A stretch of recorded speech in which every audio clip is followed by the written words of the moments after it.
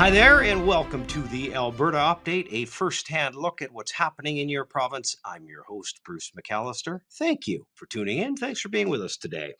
We have tons coming at you here in the next half an hour or so. The Premier is standing by, as are the Ministers of Education and the Ministers of Health for a discussion. But let's begin here. The legislature is back in session, and it has already been a busy week. MLAs returning to the chamber. The government has laid out its priorities for the months ahead, and the Minister of Finance officially tabling the budget, setting the fiscal course for the year to come. We'll have much reaction to that in the next half an hour or so. New legislation, of course, being introduced. We'll get some reaction to that and look at what's to come. Coming up, we'll break down what the new budget means exactly and how you and your family may be impacted. The Premier, as I said, standing by to discuss the budget and much more. But first, here is an excerpt from the Minister of Finance, Nate Horner, with the budget address.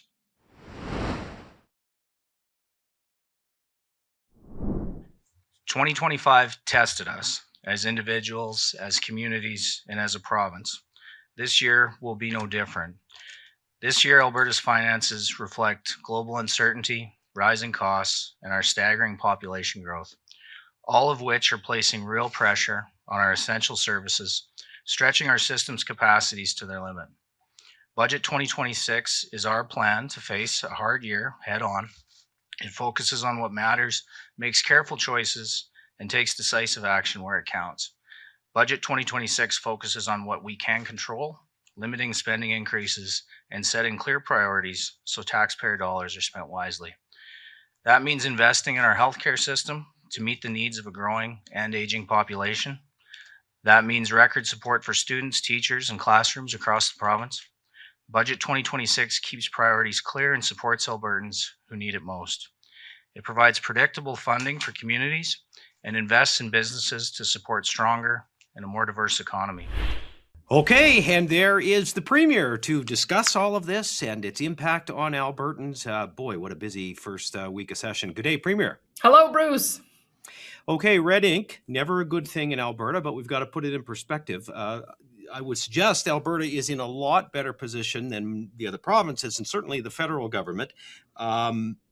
Your reaction, I guess, to the budget and where we're at, just a general comment first. Well, let me put it into context. When you've got good times, that's when you're supposed to pay down debt and put money away in savings. And we did that in the last 3 years because of strong energy prices. We were able to put $15 billion down on the debt, and we were able to double our Heritage Savings Trust Fund. So it's now at $32 billion.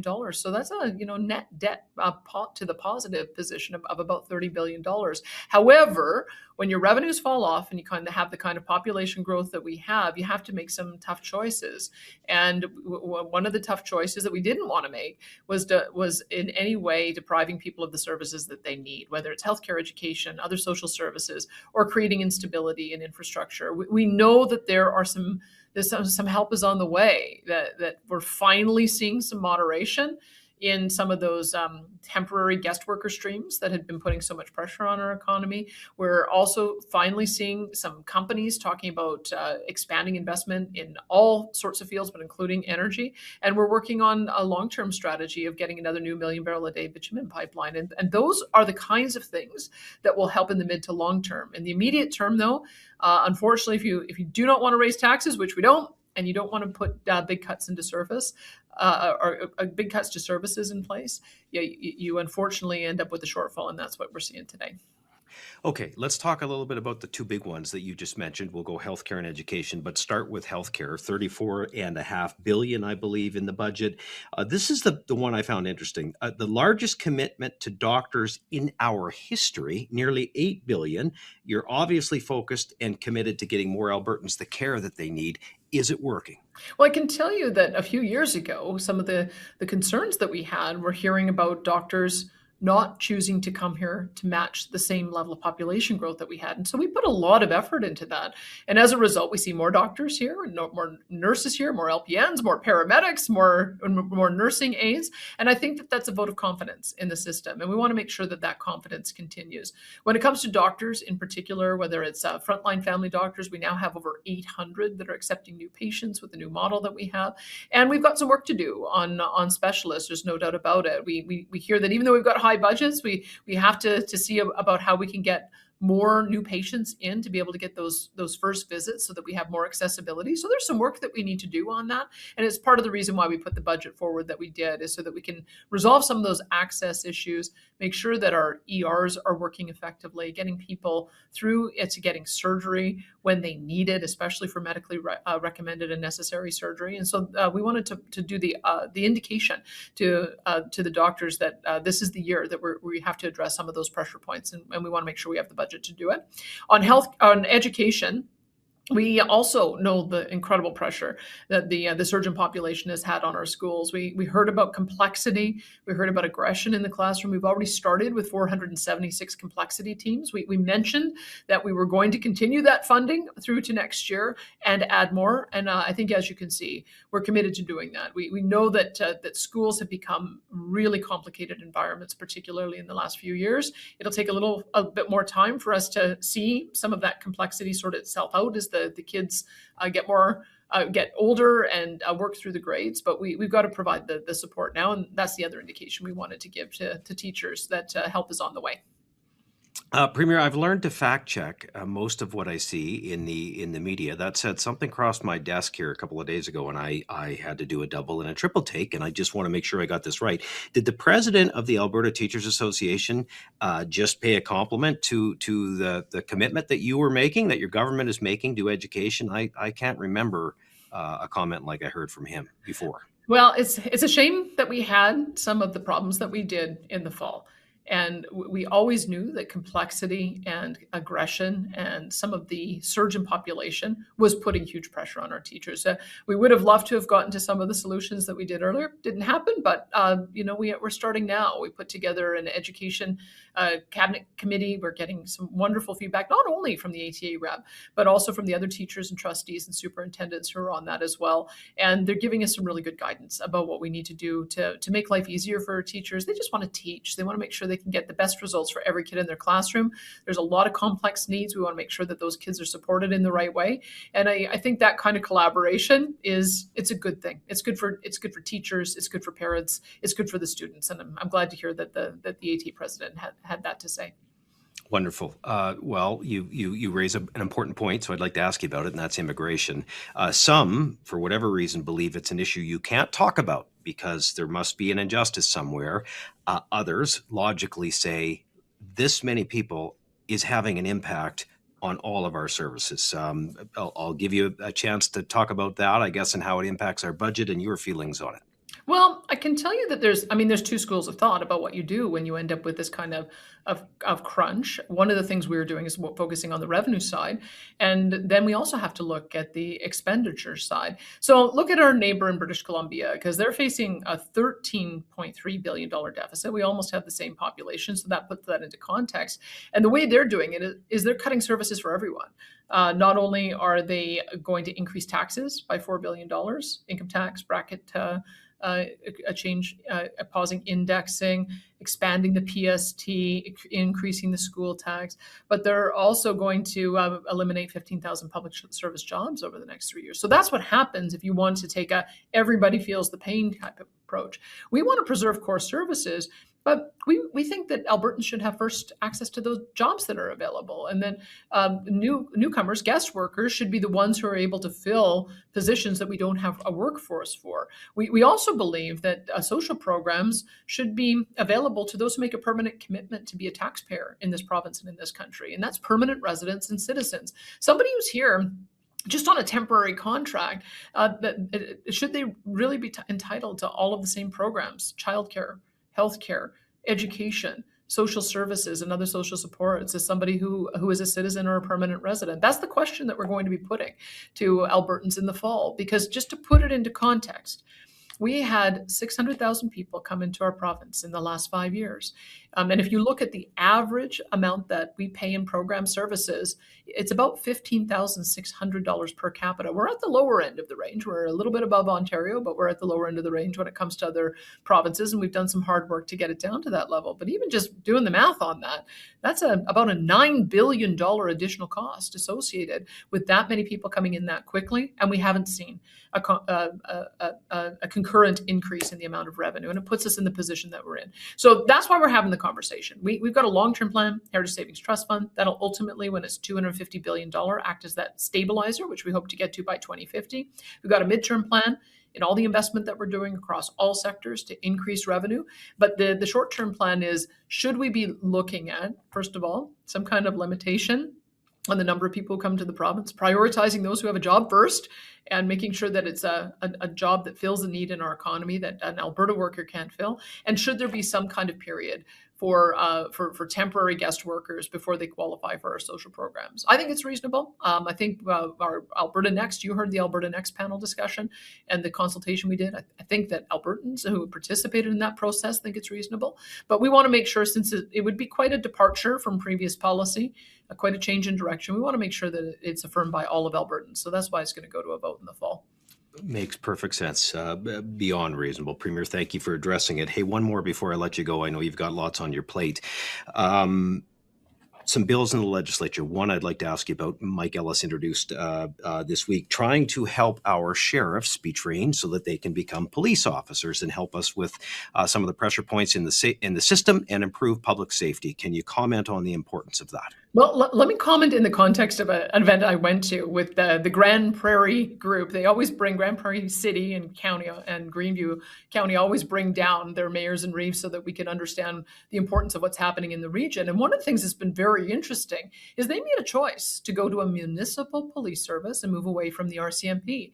And they're having such success at it that they're actually implementing it 2 years early. So they've already hired 70 officers on site. They'll be having another 90 that will be providing service as of October, and they'll fully phase out and into a municipal police service. And talking to the mayor, she says people are already seeing a difference, that when you have the presence on the streets, people just feel safer. The bad guys, they try to avoid doing bad things when you've got officers on patrol and you can actually see the presence. And they're very encouraged about being able to control their local policing priorities. Compare that to virtually every other jurisdiction that we have heard about that is policed by the RCMP. Under-resourced detachments, not being able to get call times, long periods of time where the detachment is closed. And so what we're offering is a bridge. We're offering another option for municipalities who might not be large enough to start up their own police service, although some are, who might not be able to work with an adjacent municipality to have a regional service, but want to be able to have a sheriff's detachment. And to do that, we've got to make sure that the sheriffs have the same training as other levels of police, municipal and federal, so that they can provide that role seamlessly. And we already have a couple of municipalities that are interested in starting sheriff's detachments. So as soon as this legislation is passed, you'll probably see a few more announcements in that regard. All right, Premier, listen, thanks for this, and we'll see you in the weeks ahead. Always appreciate your time. Earlier this week, Minister Joseph Scow, who wears two very important hats, addressed the media at the legislature. The minister, of course, in addition to serving as the Minister of Jobs, Economy, Trade, and Immigration, also serves as the government House Leader. And it is the second role which helps set the tone in the Alberta legislature and for the work that's happening inside of the chamber. At a press conference, as I mentioned earlier this week, Minister Scow outlining the government's legislative agenda for the spring session, highlighting the key priorities, upcoming bills, and the focus areas that Albertans can expect. Here's a look from Minister Scow's press conference. As Minister of Jobs, Economy, Trade, and Immigration, I plan to introduce two pieces of legislation. One will be legislation to advance interprovincial trade by adopting the Mutual Recognition Agreement on the sale of goods. This means an easier path for businesses to buy and sell products across provincial and territorial lines.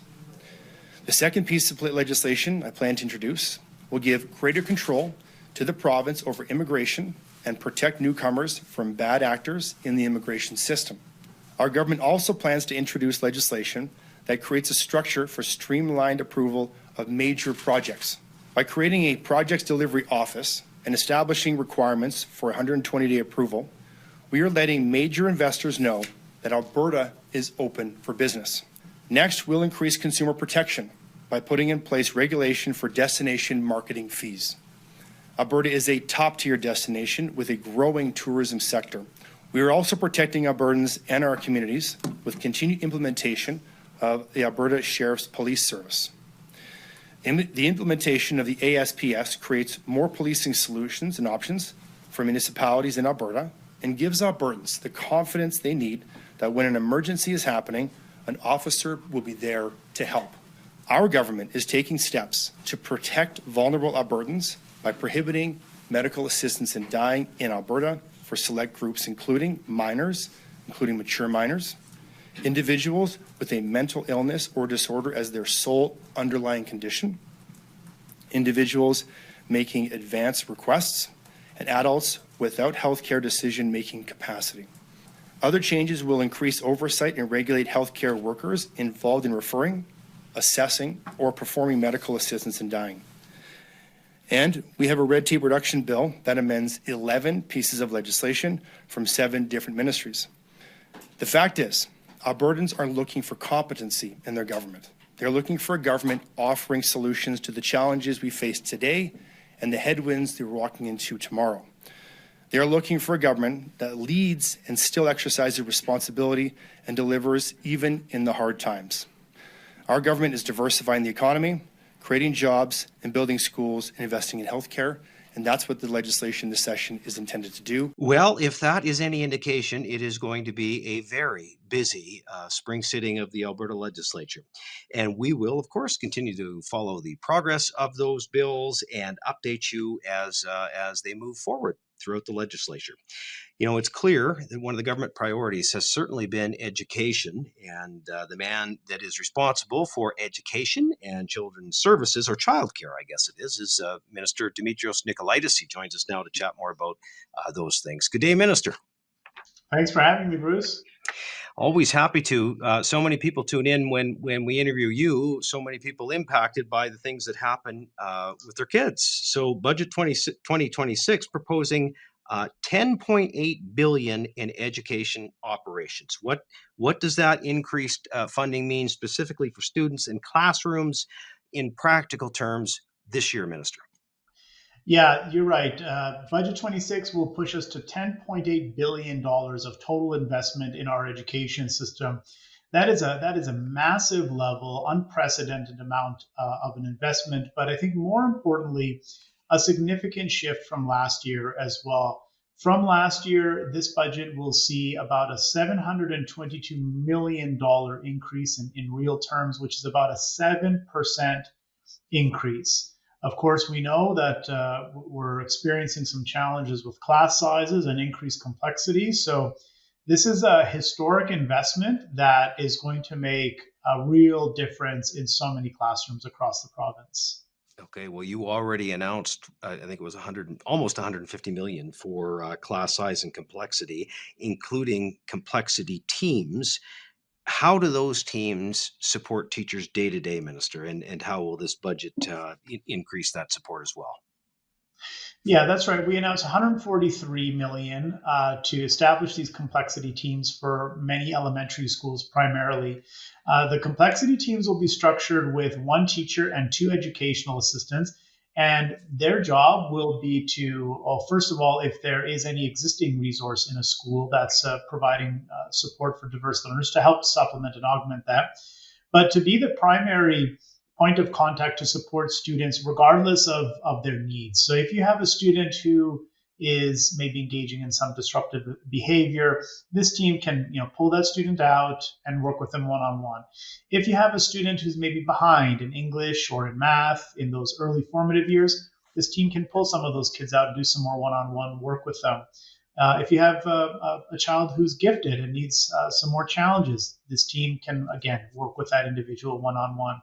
So we are going to continue with our investments into classroom complexity. Budget 26 includes an additional 355 million that will go to support school boards in hiring more staff, and addressing some of these complexity issues. So much more to come there. Okay, listen, I pulled a couple of things out as I went through this. I want to ask you about them. 20 million as well for reading and math supports for younger students. What kind of supports, I guess, are being strengthened, and how will you use that to enhance the work that you did with the math and reading screeners? I think that you previously announced last year. Yeah, this is a big step forward. This is about a 63% increase in that budget line item for our school board. So a really big investment there. I think everyone can agree that we have to get the foundations correct in those early formative years. We passed a bill last session that mandated that all school divisions must assess every student from kindergarten to grade 3 for their reading and math fluency and abilities. These dollars will go directly to school boards so that they can hire EAs or increase the number of hours that an EA is working to give students that have been flagged by these assessments with more one-on-one support to get them up to reading level. So it'll put a significant focus on those formative years to make sure that students are where they need to be with those critical learning years. Lots of money, Minister, to hiring new teachers and support staff, and I think it was more than 5,000. In fact, this is multi-year funding, which I guess probably helps you put a laser on that issue from year to year, and any changes and adjust accordingly. Is my guess is why you do it that way. Yeah, absolutely. We've outlined, of course, not just from this budget, but what the 3-year fiscal framework will look like. And we anticipate to continue to make investments into our education system over the next 3 years. By the end of that 3-year period, we estimate that will be our total education spend will be over $11 billion. And the cumulative investment that we'll be making over those 3 years should get us about 5,000 new teachers into our education system. So that's our outlook. Of course, things can fluctuate from year to year, but that's what we're currently forecasting for at this point.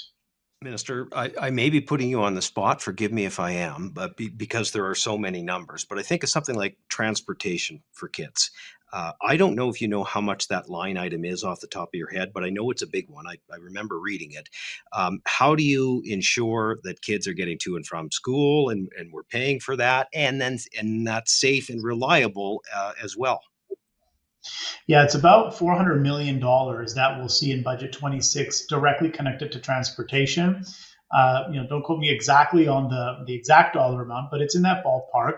I do know that we are increasing the transportation funding line item by 3% to help more kids, of course, be able to get to school. We have an extensive transportation system across this province with almost 1 million kids in our education system as a whole. Of course, there are a lot of transportation needs with just under about 500,000 students accessing transportation services very regularly. So we have to keep up with some of the inflationary pressures that we see, of course, related to transportation.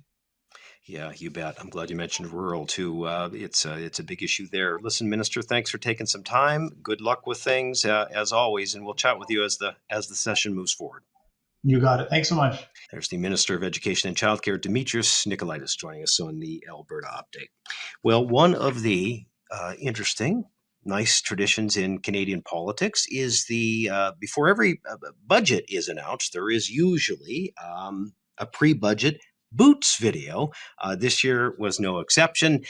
The Finance Minister, Nate Horner, putting one together, a symbolic video that symbolizes Budget Day and what's ahead for the province of Alberta. If you missed it, here is the Finance Minister, Nate Horner, with this year's video. Albertans don't back down from challenges, and we all know right now fiscal times are tough. Costs are up and uncertainty is everywhere. Deloitte Canada recently released its spring economic outlook entitled Trade Tensions Stall Momentum. Slowing global markets, low oil prices, and outside pressures are affecting our bottom line. In moments like this, you tighten your belt. You plan ahead and you make sure you're ready for what comes next. That's why, while we're projecting a higher deficit this year, we're continuing to make smart, responsible investments in the things that matter most to Albertans, like healthcare, education, and our economy. This is the moment to step into the right boots for the job, steady, practical, and built for tough conditions. Because getting through challenging times is not about talk, it's about taking action, one step at a time. With perseverance, hard work, and our strong values, Alberta always comes out ahead. Despite our deficit, Alberta remains in the strongest fiscal position of any province in Canada. Alberta maintains the lowest tax burden, the strongest GDP per capita, and the highest weekly earnings for workers across Canada. That's not luck. That's making tough choices when it matters and setting ourselves up for what comes next. While this year brings real challenges, every Albertan knows that even the hard years aren't for wasting. You invest, you plan, you plant the seeds that will carry you through the next season. No matter what shoes you wear, on the rig, in a classroom, in a hospital, or running a small business, you have a role to play in building Alberta's future. That's why our government will continue investing in what matters most to Albertans, because Albertans need services they can rely on and stable jobs that pay the bills. Our population is growing fast, and smart, disciplined planning matters now more than ever. We invest today to protect tomorrow, for our families, our communities, and our province. Alberta's been through tough times before, and every time we come out stronger. That's what this moment calls for, rolling up our sleeves, getting to work. Budget 2026 focuses on what matters for today and for the next generation. A great message from Finance Minister Nate Horner, focused, forward-thinking, and ready to go. So much to do in the great province of Alberta. Well, one of the ministries most impacted by the budget would be health, and there is the minister with a new title, I guess, Adriana LaGrange, Primary and Preventative Health Services Minister. That's a lot to say. I know how busy you are. Thanks for taking time to chat with us. My pleasure, Bruce. Happy to be here. Hey, the first thing I want to ask you about, I talked to the Premier a little bit about this earlier. $7.7 billion of the budget goes toward physicians, and that's 22% more than last year. Does that have to do with the fact that we have worked so hard to bring so many more physicians to Alberta? Is it a combination of that and labor practices? I mean, it's a big number. It is a big number, and I can share that we've been very successful and continue to be successful in getting more physicians to come to Alberta. They're seeing it as a great place to come and work. We provide competitive wages, and I dare say some of the best wages in all of Canada, which is very positive. So of that 7.7 billion, 7.3 billion is for physician services and compensation. Then there's 450 million, which is really about recruitment and education. As you know, Bruce, we are in fact expanding our medical training programs across the province, particularly in our rural remote locations, particularly in Grand Prairie and Lethbridge. We want 100 more doctors graduating right here in Alberta to service our rural communities. And so that's another good news story. So a portion of that money is going to that. And then we have $15 million that is going to additional supports, such as our medical residents. We have a medical resident bursary program for rural remote locations. And again, we're providing a significant amount of money to those doctors who are willing to sign a 3-year contract, a 3-year return of service to go and serve some of our rural remote locations where we struggle to get actual physicians in those communities. Okay, fabulous. I was going to ask you about that as well, so I'm glad you jumped right into it. It can be a challenge, right? Recruiting and retaining doctors to rural Alberta. So good for you for being forward thinking on that. I think I read somewhere this week, Minister, correct me if I'm wrong, 8 in 10 Albertans have access to a primary care physician. So I assume that means a doctor, a nurse practitioner, et cetera. Where do we compare nationally, I guess, and what is your target? Because that sounds like a pretty good number. Well, it is a pretty good number. We're amongst the highest in the country, and that number comes from CIHI, which is the Canadian Institute for Health Information, and that's a lagging number, so that's last year's numbers, 2024 numbers. When we look at a current survey that was put out by Globe and Mail just recently, we actually are at closer to 88%. having saying that they have a family practitioner, that's excellent. But I'm not going to rest until we have 100% of Albertans attached to a primary care home. So that's my target, 100%, and we're going to keep working towards that. Wow. Well, good news. You often hear about the shortages, but the fact of the matter is more doctors than ever in Alberta, in large part to the work that you and your department is doing. You also opened a new health portal recently, and you made an announcement with the Premier as well this week. Maybe discuss why that's so important, that portal, and some of the advantages for Albertans. Well, the portal is an updated portal. We used to have Find a Doctor, Alberta Find a Doctor, and now we've called it Alberta Find a Provider. And that allows for anyone who's looking for a family practitioner, whether it's a doctor, a nurse practitioner who's actually taking on patients, or a midwife in Alberta, that they can go to that portal. It's a one-stop shop. We've updated the information. We've made it more user-friendly so that people can just find what they're looking for. And I'm happy to say that we have over 800 doctors, nurse practitioners, and midwives on that portal right now accepting new patients. That's a huge increase across this province. We know that we have over 400 doctors accepting new patients in Calgary alone, over 200 in Edmonton. We're going to continue to work on that. But I think it's very, very important for Albertans to know that we have that available to them. And also we have another website that they can track attachment and some of the other metrics that they may be interested in. We really want to be transparent with Albertans so that they can see how the system is improving and what we need to make it even better.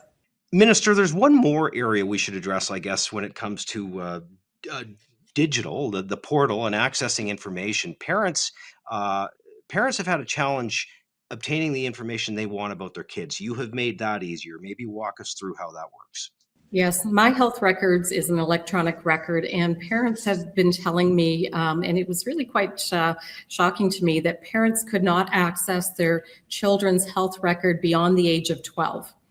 And yet young people could actually access their own health record from 14 onwards. So there was actually a gap between 12 and 14. And in fact, many parents and many young people as well were saying they wanted their parents to have access to their health records. So what we've done is changed the policy so that parents actually now have access to their children's record right up to age 16. And in fact, if those young people want their parents to be on their My Health Records as their responsible adult guidance person, they can continue to have that. So we definitely want to make sure that parents have availability and access to that important information they need to help their children in their medical journey. I know parents will appreciate that. You and I both have kids and grandkids, so good news, good news. Listen, thanks for this. We always appreciate your time. Thank you. All right, there's Minister Adriana LaGrange. She is the Minister of Primary and Preventative Health Services. Again, record numbers for doctors in the budget that was announced earlier this week. Well, that is it for the Alberta Update this week, a first-hand look at what's going on with your government and what's happening in Alberta. Again, we do these every week that the Alberta Legislature is sitting. Next week, as is tradition, is a constituency week as the MLAs and ministers get back to their constituencies to talk to stakeholders and community members, residents about the budget, get some feedback, those sorts of things.